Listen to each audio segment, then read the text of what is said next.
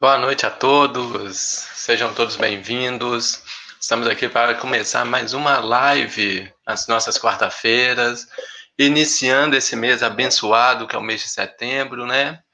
O mês que temos toda uma campanha global de valorização à vida e onde nós estaremos também mantendo a nossa programação, que a gente vai lembrar que em agosto a gente também trabalhou no sentido de valorizar essa vida, de valorizar as pequenas coisas, os pequenos gestos, mas principalmente de combater o suicídio, o aborto, tudo aquilo, a violência, as drogas, tudo aquilo que desvaloriza, tudo aquilo que deixa a nossa vida passar, deixa e agrava em sofrimento. Nós estamos aqui hoje para iniciarmos uma programação que montamos com muito carinho, convidamos muitos amigos queridos para estar participando conosco dessa programação. Eu vou estar deixando aqui para vocês só a nível de recadinho. Vejam só como que está bacana. Hoje eu vou estar falando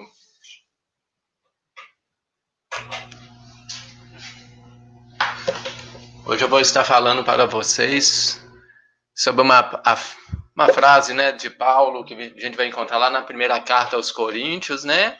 Que tudo posso, mas nem tudo me convém.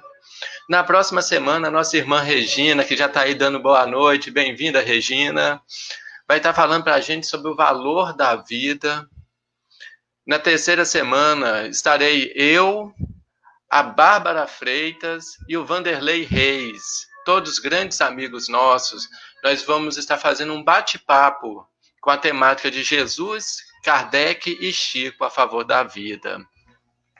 Na quarta semana teremos a nossa companheira Rose Kodama, vai estar falando para a gente lá de Florianópolis, gente, Santa Catarina, vai estar falando sobre o sentido da dor. E fecharemos o mês com a nossa irmã Veranice Amorim, de Sete Lagoas, lá do Bittencourt Sampaio, que vai estar falando para a gente: a felicidade está em nossas mãos. Trazendo aqui para vocês essa programação que nós montamos com tanto carinho, para que todo mundo possa ir acompanhando. Programação completa nós estamos divulgando aí na página da casa, então vão acompanhar. Então deixa eu dar uma boa noite para esse povo bonito que já está aí, ó, me dando boa noite. A Margarete, a Jaqueline, lá de Barbacena, olha, nos acompanhando. A Regina, a Paola de São José. É a Natália e o Reinaldo aqui de Papagaios, já nossos companheiros de caminhada, né, gente? Pessoal, para que nós possamos dar início às nossas atividades, eu vou convidar a todos para que nós possamos fazer a nossa prece inicial, para que nós possamos pedir aos benfeitores que possam estar juntos de nós, para que a gente possa compreender, mas principalmente nos sentir bem, nos sentir próximos, nos sentir juntos nessa noite abençoada. Então eu vou convidar para todos que nós possamos trazer na nossa memória o momento mais feliz que tivemos nos últimos dias. Que cada um possa relembrar e deixar florescer dentro de si aquele sentimento da felicidade. Que seja aquele momento de um sorriso gostoso com um amigo. Que seja aquele momento de um carinho com uma pessoa amada. Que seja aquele momento de um sorriso de uma criança, de um filho, de um sobrinho ou de um neto. Que a gente recupere esses sentimentos que afloraram em nosso peito nesses instantes de felicidade e possamos deixar que eles germinem novamente, preparando a nossa alma para esses instantes, preparando tudo aquilo que nós somos para vibrar junto à espiritualidade amiga, junto a Jesus, por momentos felizes, vibrar por momentos sadios e principalmente vibrar por toda a vida à nossa volta. Que cada um de nós, onde estiver, possa irradiar essa vibração, possa irradiar esse sentimento de querer, de gostar, de amar a vida. e que ele possa encontrar aqueles corações que necessitam desta vibração. Que Jesus abençoe a nossa noite, os nossos lares e todas as nossas regiões, que estão todas entrelaçadas agora pelo afeto. Assim seja. Pessoal, então vamos lá. Hoje a proposta é que eu vá falar sobre a frase de Paulo que nós vamos encontrar na sua primeira carta aos Coríntios, onde no determinado momento dessa carta, ele vai dizer que tudo posso, mas nem tudo me convém. Nós podemos observar que nesse sentido nós podemos encontrar várias linhas de raciocínio. Eu vou estar levando numa linha aqui, mas eu posso pedir também para vocês dar sugestões. Quem tiver um raciocínio diferente do meu, coloque aí que vai ser legal essa interação, tá bom? Mas antes de começar, vou dar uma boa noite para a Isabel, que acabou de entrar aí também na nossa sala, né? Seja bem-vinda, Isabel. Espero que todos gostem da nossa noite juntos. Eu queria começar contando uma história rapidinha que aconteceu com o senhor Marshall Rosenberg. Nome difícil, né? Marshall Rosenberg, ele é o autor do best-seller de título Comunicação Não Violenta e também o autor dessa técnica da comunicação não violenta. Hoje ela está sendo muito usada aí, assim, com coaches, psicólogos, tratamentos interpessoais no trabalho, pessoal de RH, de gestão de pessoas, está usando muito isso, que ele desenvolveu uma técnica que visa você entender o sentimento. Porque às vezes quando uma pessoa chega nos afrontando, a gente já quer justamente dar essa afronta de volta para a pessoa, né? A técnica dele eu não vou aprofundar hoje, não é nosso objetivo, mas ele está muito ligado à questão do dê a outra face, quando Jesus nos disse isso, né? Seja bem-vinda, dona Helena. Dona Helena, nossa companheira de Pequi, está chegando aí agora também conosco. O Marshall Rosenberg, como eu disse, quando ele desenvolveu a técnica da comunicação não violenta, ele rodou muitos países pregando, aliás, vou corrigir, não pregando, ensinando, como ele mesmo coloca no seu livro. Ele levou esse ensinamento, fruto de suas pesquisas, de suas observações, ele atua na área da psicologia, né, gente? E em uma dessas visitas para palestras e aulas, ele teve numa vila, na cidade de Belém, na Cisjordânia. E eles estavam em plena época, uma época de guerra ainda, onde os muçulmanos ainda estavam guerreando muito ali com Israel, aquela faixa de Gaza que é tudo muito tumultuado, né? E ele foi nesse meio pregar a comunicação não violenta para as pessoas. Quando ele começa a sua palestra, ele observa um tanto de cochicho ali assim aos homens que estavam acompanhando a sua palestra. Ele diz que estava ali em torno de uns 30 homens acompanhando e começou aquele cochicho. O seu intérprete logo falou para ele que eles estavam cochichando que ele era americano. Assim que ele percebe isso, um dos homens da plateia levanta e busca todo o ar de dentro dos seus pulmões e solta a palavra para ele, assassino, acusando. Solta aquela frase com uma violência, com desprezo, com repulsa. E o homem que estava lá para falar de comunicação não violenta, ele começa a sua palestra já sendo chamado de assassino. Nossa, se fosse eu lá, eu saía correndo. Eu cobria a cabeça com a camisa, como diz o outro, punha o rabinho entre as pernas e saía de lado. Mas o nosso autor, Ele estava preparado para isso. Quando ele ouve a palavra assassino, automaticamente ele já busca na sua memória que no momento em que ele estava entrando nessa aldeia muçulmana, ele havia observado que havia inúmeras latas de gás lacrimogênio que haviam sido atiradas na aldeia na noite anterior. E todas elas com a frase Made in USA, fabricados nos Estados Unidos. Ou seja, a aldeia tinha sido bombardeada uma noite antes pelos israelitas, utilizando armas que haviam sido fornecidas pelos Estados Unidos. E logo nesse dia, um americano vai falar sobre comunicação não violenta. O homem, quando começou a afrontá-lo, a querer impor que ele era um assassino, teve uma surpresa. Ele começa a não observar as acusações, as ameaças, as ofensas. Mas ele tenta começar a observar o sentimento que aquela pessoa estava. Ele, no seu livro, né, que leva o título da sua técnica, Comunicação Não Violenta, no capítulo 2, ele traz o início do diálogo com esse homem. Eu vou ler na íntegra aqui, porque tem algumas coisas bem complexas que eu gostaria que todos acompanhassem conosco.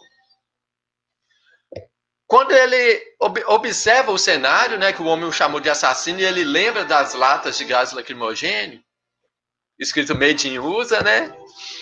Ele vira para esse cidadão e diz assim: você está com raiva porque você gostaria que o meu governo usasse seus recursos de forma diferente? E o homem, né, o muçulmano, lhe respondeu: pode ter certeza que estou. Você acha que precisamos de gás lacrimogênico? Precisamos é de esgoto, não do gás lacrimogênio de vocês. Precisamos de moradias. Precisamos ter nosso próprio país. Assim o Marshall responde para ele: então você está furioso e gostaria de algum apoio para melhorar suas condições de vida e obter independência política? Percebe como que ele vai conduzindo a conversa? E o muçulmano lhe responde: você sabe o que é viver aqui 27 anos, do jeito que tenho vivido com minha família, filhos e tudo mais? Você possui a mais pálida noção do que isso tem sido para nós? E o macho lhe responde: está me parecendo que você está muito desesperado e que está imaginando se eu ou qualquer outra pessoa pode realmente compreender o que significa viver nessas condições. Foi isso mesmo que você quis dizer? E o muçulmano continuou: você quer compreender? Me diga, você tem filhos? Eles vão à escola? Eles têm playground? Meu filho está doente.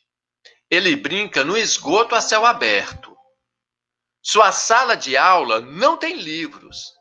Você já viu uma escola que não tem livros? E isso, um homem enfurecido, gente. O macho então fala para ele: estou ouvindo quanto é penoso para vocês criarem suas crianças aqui. Vocês gostariam que eu soubesse que o que você quer é o que todos os pais desejam para os seus filhos? Uma boa educação, a oportunidade de brincar e crescer num ambiente saudável. E o muçulmano ainda falou para ele: é isso mesmo, o básico, direitos humanos. Não é isso que vocês aqui, desculpa por uma linha, gente. Não é isso que vocês americanos dizem? Por que não vem mais de vocês aqui para ver que tipo de direitos humanos vocês estão trazendo para cá? E o macho completa para ele: você gostaria que mais americanos tomassem consciência do enorme sofrimento que ocorre aqui e vissem profundamente as consequências de nossas ações políticas? O diálogo, no livro ele finaliza aqui, mas aí ele coloca ainda que o nosso diálogo colocou ele expressando sua dor por quase 20 minutos ou mais, e eu procurando escutar o sentimento e a necessidade por trás de cada frase. Não concordei nem discordei. Recebi as palavras dele não como ataques, mas como presentes de outro ser humano que estava disposto a compartilhar comigo a sua alma e suas profundas vulnerabilidades. Uma vez que se sentiu compreendido, o homem foi capaz de me ouvir, explicar o motivo de eu estar naquele campo. Uma hora depois, o mesmo homem que havia me chamado de assassino estava me convidando para ir à sua casa para um jantar. Gente, eu quis abrir a nossa fala de hoje com essa frase, com esse caso que aconteceu, é caso verídico. Tudo isso a gente pode comprovar, justamente para a gente tratar essa questão do que nós temos a condição de fazer, mas o que nós podemos realmente fazer. O Marshall, que é o autor dessa técnica, né? Eles colocam ali a sigla CNV, de comunicação não violenta. O Marshall, durante a sua palestra, quando ele foi atacado verbalmente por esse muçulmano, ele soube, na hora, fazer o que era permitido ele fazer. Ele era um americano que estava num campo de concentração, num centro de concentração, uma aldeia pequena que havia acabado de ser bombardeada por armas americanas. Percebe a natureza do que nós pensamos em fazer e do que nós realmente precisamos fazer. A maioria de nós, em qualquer situação que nos encontramos, quando somos ofendidos, nós temos o impulso de agredir a ofensa.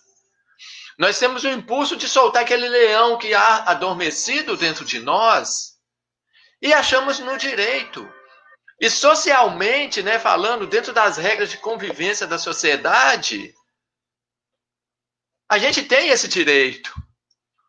Porque sempre, vocês já perceberam que sempre que uma pessoa ofende a outra e a outra se cala, quando os dois afastam, chega um e fala, você foi bobo demais, por que você se calou? Porque a nossa sociedade compreende ainda o olho por olho, o dente por dente. Se você ofendeu, você leva. Se você foi bonzinho, você pode receber um bom tratamento. E essa frase de Paulo que a gente trouxe para a nossa reflexão, ela está justamente nos convidando a refletir sobre isso. Gente, tudo nós podemos, mas a gente tem que priorizar aquelas coisas que realmente importam para as nossas vidas. O Marshall aqui no caso, se ele afrontasse aquele muçulmano, pedisse para ele calar a boca, que ele estava ali para falar sobre o outro assunto, que ele não tinha nada a ver com a política, que ele não influenciava naquilo, que ele não importava, ele estaria no seu direito. Era uma escolha. Da mesma forma que tudo em nossas vidas são escolhas que nós vamos fazendo. Vamos pegar o exemplo aqui das professoras, né? Temos aí algumas professoras nos acompanhando, né? Daniela e Dona Helena estão aí nos acompanhando. Se uma professora não gosta de dar nota para o seu aluno, por exemplo, ela acha que o sistema de dar nota não expressa o conhecimento que o aluno está pegando e não gosta. Ela aplica a prova porque a pedagoga, a diretoria, a secretaria de ensino exige que seja dada a prova para ser pontuada a nota daquele aluno. Mas a professora faz isso contrariada. Ela tem escolha? Ah, não, Davi, mas é que o sistema todo faz isso. Não, mas peraí, eu sou uma professora que não gosto disso. Então, eu tenho a escolha de fazer isso ou não. Ah, não, mas se eu quero trabalhar nessa escola, eu tenho que dar nota. Então, isso também é uma escolha, não é? Estão percebendo o raciocínio, gente?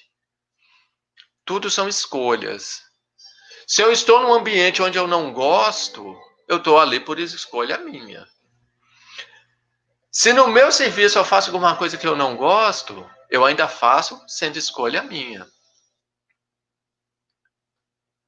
A gente sempre tem opção, mas mesmo quando fala não é a regra da empresa isso. Sim, é a regra da empresa. Mas eu estou na empresa sabendo das regras dela. Então é uma escolha minha.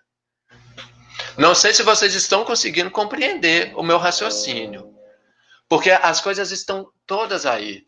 Hoje em dia, a lei maior que nós temos no nosso país é a Constituição Federal. Nela dita todas as regras básicas, ali assim, para o bom convívio social. Uma pessoa ela pode muito bem seguir à risca, sem nunca infringir uma regra da Constituição. E mesmo assim, ela não necessariamente será uma boa pessoa. Porque nem sempre as coisas que são permitidas são o melhor para a gente. Na Constituição fala lá, não, fala que a pessoa não pode roubar. Gente, eu não sou especialista em direito. Na faculdade eu estudei de um pouco de direito, mas foi as minhas piores notas, que eu sou bem leigo mesmo. Então, a pessoa ela nunca roubou na vida. É o dito cidadão de bem. Nunca roubou, nunca matou, nunca usou droga. Mas ela também nunca ajudou uma pessoa, nem próxima dela, nem dentro da família. E aí? Às vezes, aquele que infringe todas essas leis faz muito mais para os seus familiares, até mesmo para os seus vizinhos, ou até mesmo para a sua comunidade, do que aqueles que seguem à risca, que se diz cidadão de bem. Mas tudo isso está nas nossas mãos, tudo isso são escolhas. Eu me lembro uma vez, tem poucos anos, o pessoal de Papagaios que está acompanhando, eles vão lembrar desse caso, mas eu não vou citar nomes, que nós tivemos como que eu vou dizer, um cidadão da cidade que estava envolvido em muitos crimes, que numa certa situação aconteceu a infelicidade de ele trocar tiro com a polícia e morrer.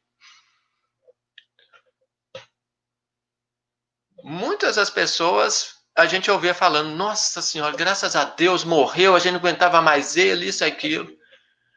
Mas as pessoas, a gente fazia alguns trabalhos na comunidade perto da onde ele morava, a comunidade, o bairro onde ele morava, chegaram a chorar, porque para a comunidade ele era uma pessoa boa demais. Vocês estão percebendo? Nesse sentido que Paulo vem dizer para a gente, que vocês podem fazer tudo, eu posso fazer tudo, mas a gente ainda tem que priorizar aquilo que é mais importante em nossas vidas. Eu, numa hora dessa, eu poderia estar fazendo qualquer outra coisa, eu poderia estar lendo um livro, poderia estar assistindo um filme, poderia estar brincando com os meus filhos, conversando com minha esposa. Mas eu priorizei, eu quis estar aqui, na companhia de vocês. E a mesma coisa vocês. Todos vocês que estão nos acompanhando poderiam estar fazendo um tanto de outras coisas, mas quiseram estar conosco. Apesar, né, gente? A gente sabe como funciona o sistema de live. A gente pode muito bem estar ouvindo e estar mexendo ali, fazendo uma janta, arrumando uma coisa, ajudando o filho uma lição. A gente sabe como funciona. A gente não precisa ficar exclusivo. O importante é a gente ir captando aos pouquinhos, né? Mas as nossas escolhas estão nesse sentido, nesse direcionamento de compreender o que é bom. Paulo, quando ele escreveu essa primeira carta aos Coríntios, ele estava dando lições para os coríntios por causa de questões que eles estavam encontrando do consumo de carne. Porque os sacerdotes de outros deuses, né, outras crenças, sacrificavam as carnes em oferenda a esses deuses e depois as vendiam em açougues, onde a população comia. E os cidadãos de Coríntio, eles começaram a ficar perturbados com isso. Nossa, mas eu sou cristão, eu vou comer uma carne que foi oferecida para Baal?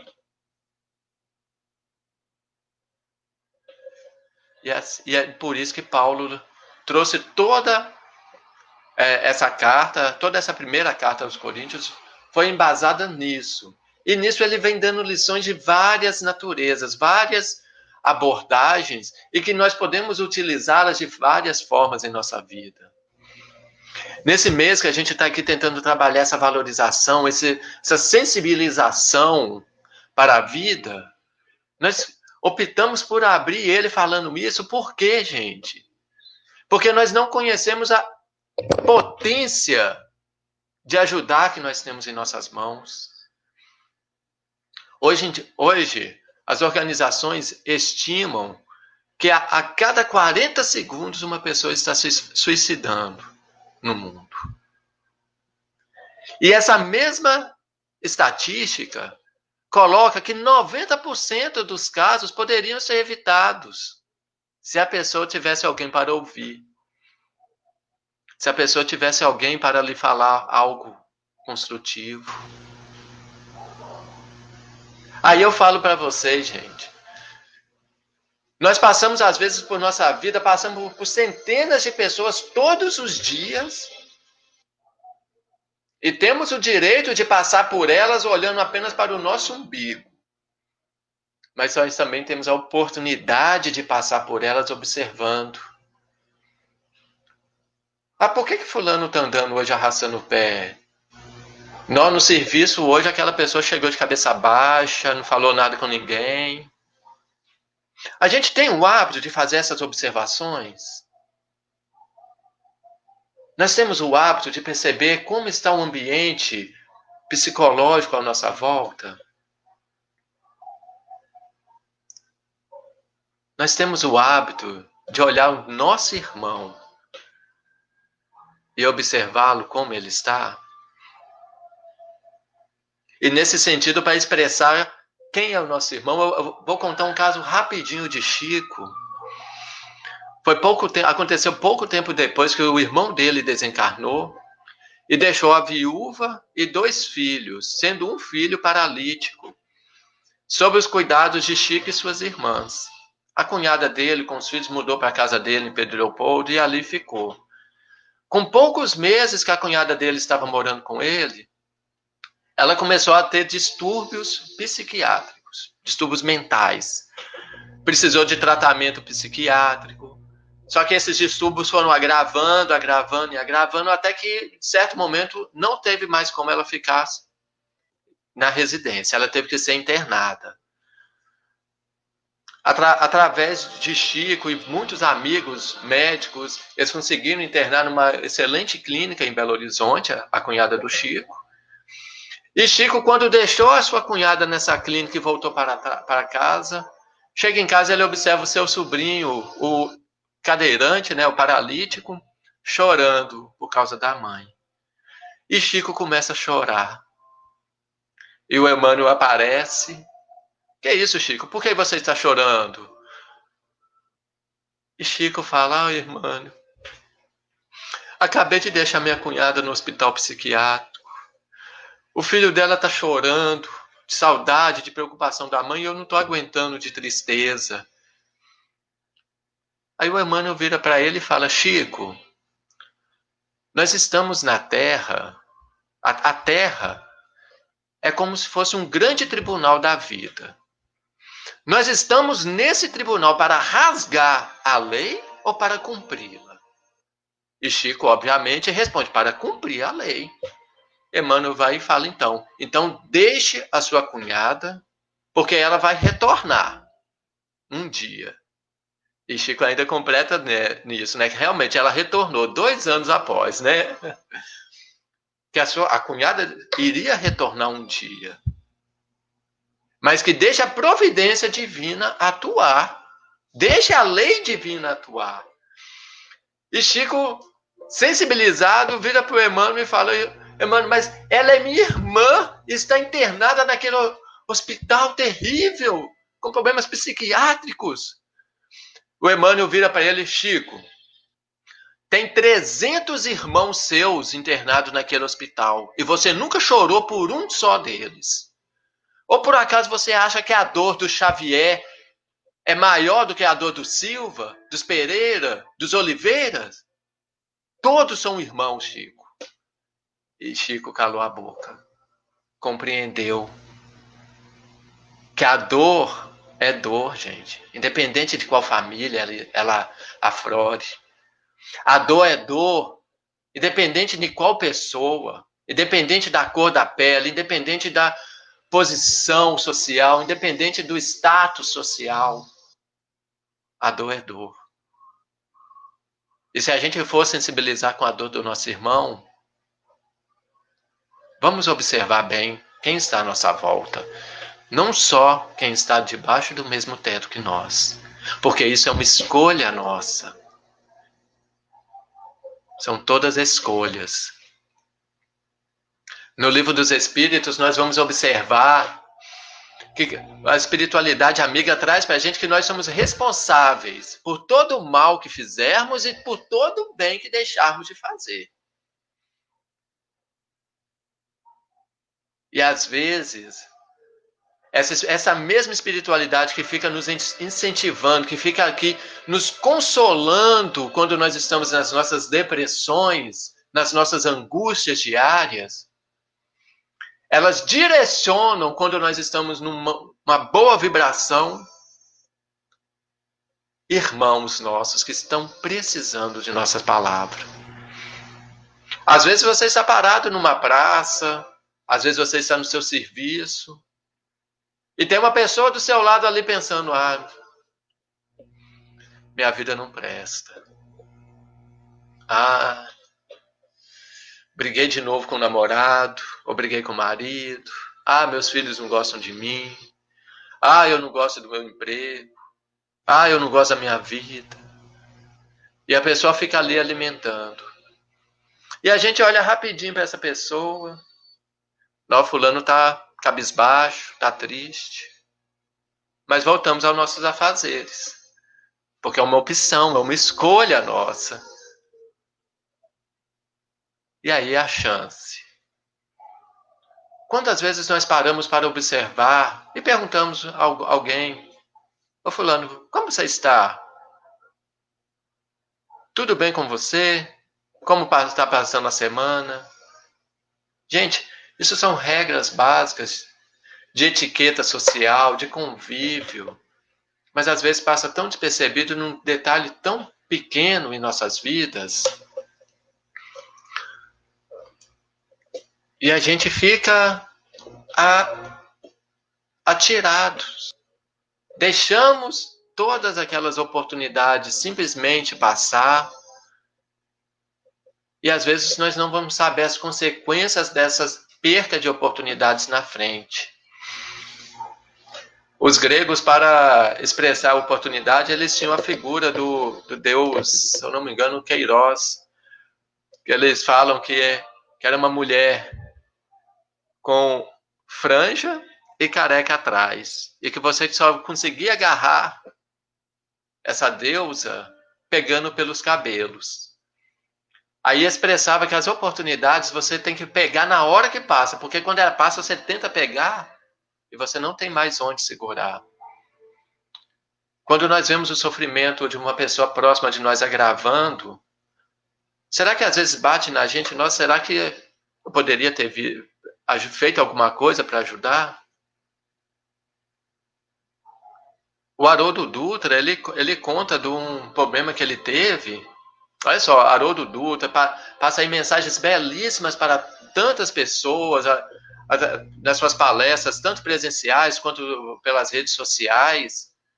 Ele teve uma estagiária que trabalhou com ele no tribunal em Belo Horizonte, que deu fim à sua vida. Ela utilizou do autoextermínio, do suicídio, para morrer. E aí a gente pergunta, nossa senhora, mas a moça estava ali lado a lado, todo dia, batendo ponto junto com o Haroldo Dutra. E ela desencarnou através do suicídio. Gente, às vezes as dores que estão nos nossos irmãos são tão ocultas. Às vezes elas ficam disfarçadas num sorriso maravilhoso, numa autoestima. E a gente não percebe. Mas quando a gente perceber aquela intuição, gente, aquela intuição, nossa, fulano está tão alegre hoje, mas tem alguma coisa nele. Não custa nada a gente perguntar, oi, como você está hoje? Porque essa é a nossa escolha. Nós não precisamos ficar simplesmente nos superficial. Ah, não, eu sou um bom amigo. Ah, eu lembro do aniversário de todo mundo que é meu amigo, mando parabéns para ele. Hoje em dia o Facebook lembra os aniversários de todo mundo, né? A gente não precisa nem ter memória para isso, né, gente? Bateu o aniversário de fulano, bateu a notificação do Face. Aniversário de fulano de tal hoje. Mas será que a gente realmente está perto desse amigo? As nossas escolhas, gente, elas ditam tudo que vai acontecer em nossas vidas. E muitas vezes nós olhamos, né, sempre aqui na questão da semeadura. Ah, o que eu semear hoje, eu vou colher amanhã. Se eu semeio vento hoje, amanhã eu colho tempestade. Se eu semeio paz hoje, amanhã eu vou colher harmonia. Mas vamos trazer nossa perspectiva para um lado diferente. Vamos olhar o que nós estamos fazendo perante aqueles que estão junto de nós. Vamos observar o que nós estamos fazendo com quem realmente está aqui juntinho. Porque às vezes a gente não abre o olho para perceber isso. Às vezes simplesmente passa batido. Como o caso que a gente contou de Chico, né, gente? Na conversação com o Emmanuel ainda fala para ele, né? Que depois disso tudo, o Chico continuou chorando. O Emmanuel virou para ele, Chico, você não está chorando por causa da sua cunhada. Você está chorando por causa do seu orgulho. Porque você já fez receituários mediúnicos, você já que curaram muitas pessoas. Através do seu passe, você já trouxe estabilidade emocional e psíquica para muitos irmãos. Mas agora, dentro da sua casa, debaixo do seu teto, uma irmã sua precisa procurar internamento psicológico, psiquiátrico. E o Emmanuel chama a atenção dele. Porque, gente, as pessoas que estão à nossa volta, aquilo que elas tiver que passar, elas vão passar. E nós vamos observar. A cunhada de Chico, ela precisava passar por esses 2 anos de internação. Ela passou. Mas o que nós podemos fazer, gente, é amenizar. É amenizar. Porque a dor do nosso irmão, ela pode ser amenizada através de nossas mãos. E isso todos nós temos condição. Que seja 1 grama dessa dor. Eu tenho condição de amenizar. Vocês também têm. Alguns podem amenizar 1 grama, alguns podem amenizar 10 quilos, alguns amenizam 1 tonelada, cada um dentro das suas forças.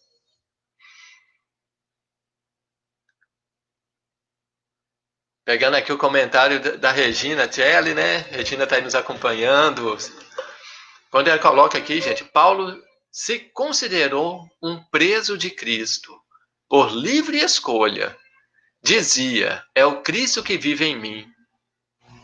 Olha só, ele vivia livre em Cristo. A escolha dele foi essa, gente. Vamos pegar Paulo, vou aproveitar essa deixa da Regina. Gente, muitas vezes nós falamos ali do São Paulo, né? E não cogitamos quem que era Paulo. Quem que foi o Paulo antes de se tornar Paulo, né? Quando ele era Saulo de Tarso. Haroldo, numa de suas palestras, ele coloca a definição de Paulo, que até hoje eu não vi nenhuma melhor. Ele traz Paulo daquela época para hoje. Aí ele fala que seria um rapaz jovem, corpo atlético, bem afeiçoado, que estaria chegando num ambiente, dirigindo uma Ferrari, com diploma de formação nos mais altos graus, formados nas melhores universidades do planeta, dotado de uma inteligência sem limites, de posses e com um futuro promissor dentro da sua sociedade. Ele tinha tudo para ser ali assim, ó. Vamos pegar na gíria aqui, né, gente? O cara. Quando ele está em frente a Damasco e tem a visão de Cristo, ele vira um... Eu não lembro a profissão, gente. Se alguém me lembrar aí, me manda aí, por favor, viu, gente? Ele começa a remendar sandálias, tecer tapetes, tecer bolsas e vender simplesmente para o seu sustento. Vivendo como um andarilho, quase que um mendigo. Se a gente fosse trazer isso para o nosso dia de hoje, gente, seria quase como um hippie que fica viajando de cidade em cidade vendendo seu artesanato. Porém, ele ia pregando o evangelho. Olha só, ele saiu ali do mais alto grau social, da estabilidade financeira. Obrigado, Paola. Tecelão. Muito obrigado, Paola. Ele saiu ali, ele era um doutor da lei com todas as possibilidades de se tornar o sacerdote na época. E largou tudo para ser um tecelão a favor do Cristo. Ah, foi o Cristo que obrigou ele a fazer isso? Não, ele escolheu. Porque quando ele tem a visão de Cristo, ao invés de ele se lamentar por tudo que ele havia feito de errado na sua vida, gente, e vamos lembrar aqui, né? Porque quando a gente vê o Evangelho, a gente lê ali no livro de Atos, na Bíblia, a gente vê na obra ali Paulo e Estevão, a gente fala ali, Saulo foi um perseguidor de cristãos. Gente, hoje historiadores já colocam, ele foi um assassino de cristãos. Porque aonde ele passava, as comunidades cristãs que ele pegava para execução. A gente tem os relatos da sua primeira execução, que foi Estevão, mas depois disso teve inúmeras. E quando ele vê o Cristo ali assim, ele simplesmente vira e fala, o que queres de mim? Ele toma a postura naquele exato momento. Perdeu família, perdeu amigo, perdeu dinheiro, perdeu status, perdeu tudo. Mas viveu feliz. Viveu feliz, sabendo que estava fazendo certo. Então, quando a gente chama a atenção, gente, quando a gente conversa sobre isso, para a gente observar tudo que eu posso fazer, mas vamos fazer aquilo que é importante na nossa vida. É o teu foco, é o teu nosso direcionamento para compreender como eu serei útil. Agora mesmo, no ambiente que nós estamos, vamos observar como que eu posso ser melhor aqui. Porque às vezes perto de nós tem uma pessoa que precisa do nosso amparo. E a gente tem que observar essa pessoa. Ah, eu falando assim, Davi, parece que você está dando a gente a obrigação disso. Porque o Emmanuel, ele traz para a gente... Deixa eu só achar a frase aqui na minha colinha, viu, gente? Vai estar lá no livro Pão Nosso, viu, gente? Na mensagem 28, e os fins. Trata um pouquinho sobre esse versículo, a continuação desse versículo, né? Emmanuel vem trazer que o trabalhador consciente da responsabilidade que lhe compete não se desvia dos caminhos retos. Quem quiser, depois eu ponho o link dessa mensagem aqui também. Lá tem a página do Testamento Xaveriano. Você encontra muitas obras lá interessantes. Mas aí eu queria trazer essa frase do Emmanuel para essa reflexão, porque o trabalhador consciente das responsabilidades que lhe compete não desvia dos caminhos retos. Nós estamos trabalhando com Cristo ou nós só falamos que estamos? Porque se nós realmente estamos, nós temos a obrigação de enxergar a dor mais oculta no nosso irmão e acolhê-lo. Ah, mas eu perguntei se estava bem, ele não quis se abrir comigo. Faça a sua parte, gente. Faça a sua parte. Você fazendo a sua parte, a espiritualidade vai auxiliar no restante. Seu irmão não quis se abrir com você, uma oração também ajuda. Uma oração, gente. Qual de nós não pode tirar 10 segundos do seu dia? Jesus, abençoe fulano. Não vamos citar nomes, né, gente? Abençoe fulano. Ele estava sorrindo hoje, mas eu senti que ele não estava bem. Leve sua bênção, Senhor. Pronto.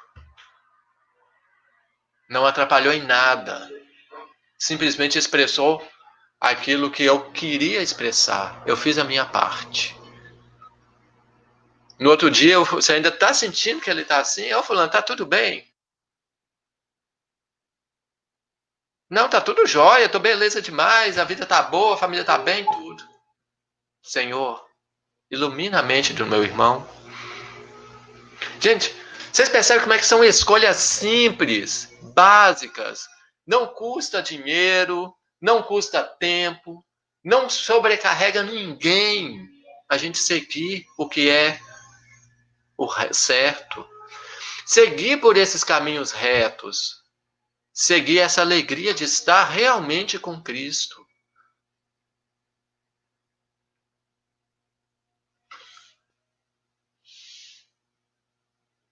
Eu convido, gente, todos vocês, para que a gente possa começar a ter essa atenção. Olhar no fundo o coração de cada um de nossos irmãos, daqueles que estão próximos, igual eu falo, né, que estão dentro do mesmo teto, daqueles que a gente encontra todos os dias, às vezes no trabalho, na vizinhança, e até mesmo daqueles que a gente não conhece, que passa perto da gente. Quando a gente passa a observar as pessoas, o nosso mundo amplia. Uma vez eu li um livro do Augusto Cury, não vou me recordar agora qual, gente. Se depois eu lembrar, eu coloco no chat aqui para todo mundo ver. Que ele narra uma conversa que ele estava tendo com a sua filha. E ele pergunta para a filha dela, para a filha dele, desculpa.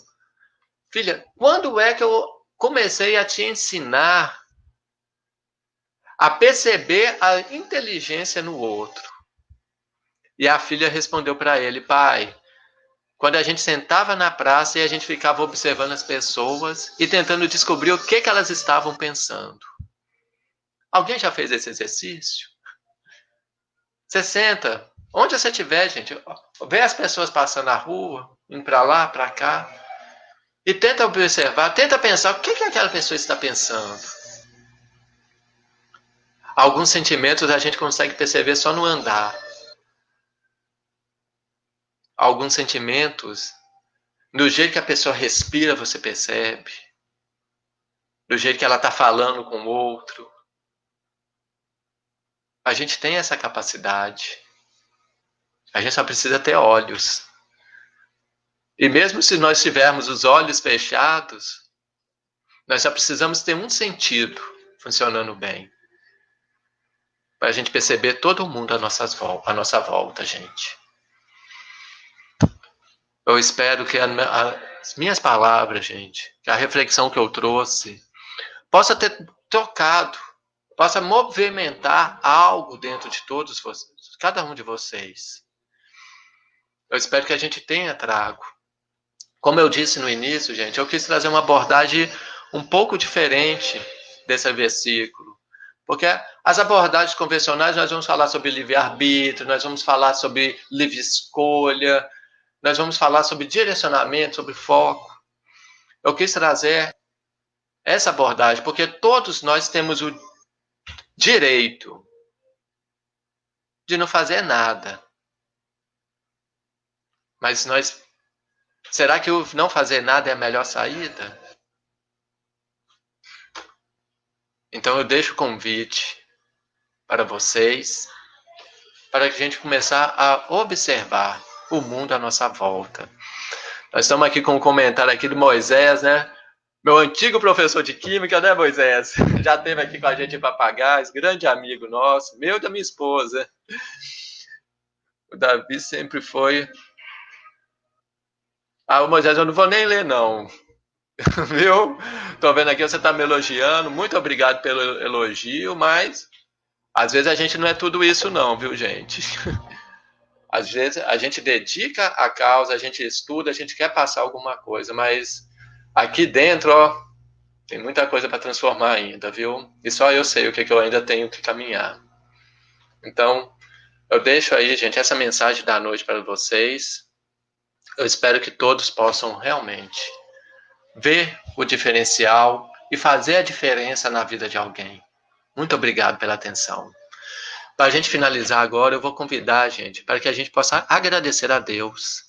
Mais uma vez, elevando nossos pensamentos, deixando os nossos sentimentos bons fluírem através de nós, para que nós possamos agradecer a Jesus por essa oportunidade, por esses momentos iluminados que nós tivemos juntos. Eu, em particular, eu agradeço a toda a espiritualidade amiga que me intuiu para que eu pudesse usar dessas palavras que eu passei para vocês. Confesso que muitas delas não saíram de mim. E eu agradeço muito por o amparo que todos estamos recebendo. Assim seja. Muito obrigado a todos, gente. Quem chegou depois, gente, eu vou só lembrando aqui, a live ela continua disponível no Facebook, continua disponível no YouTube também, para facilitar o acesso de todo mundo. E muito obrigado pelo carinho e pela companhia de vocês essa noite. Um grande beijo, um grande abraço, fiquem com Deus.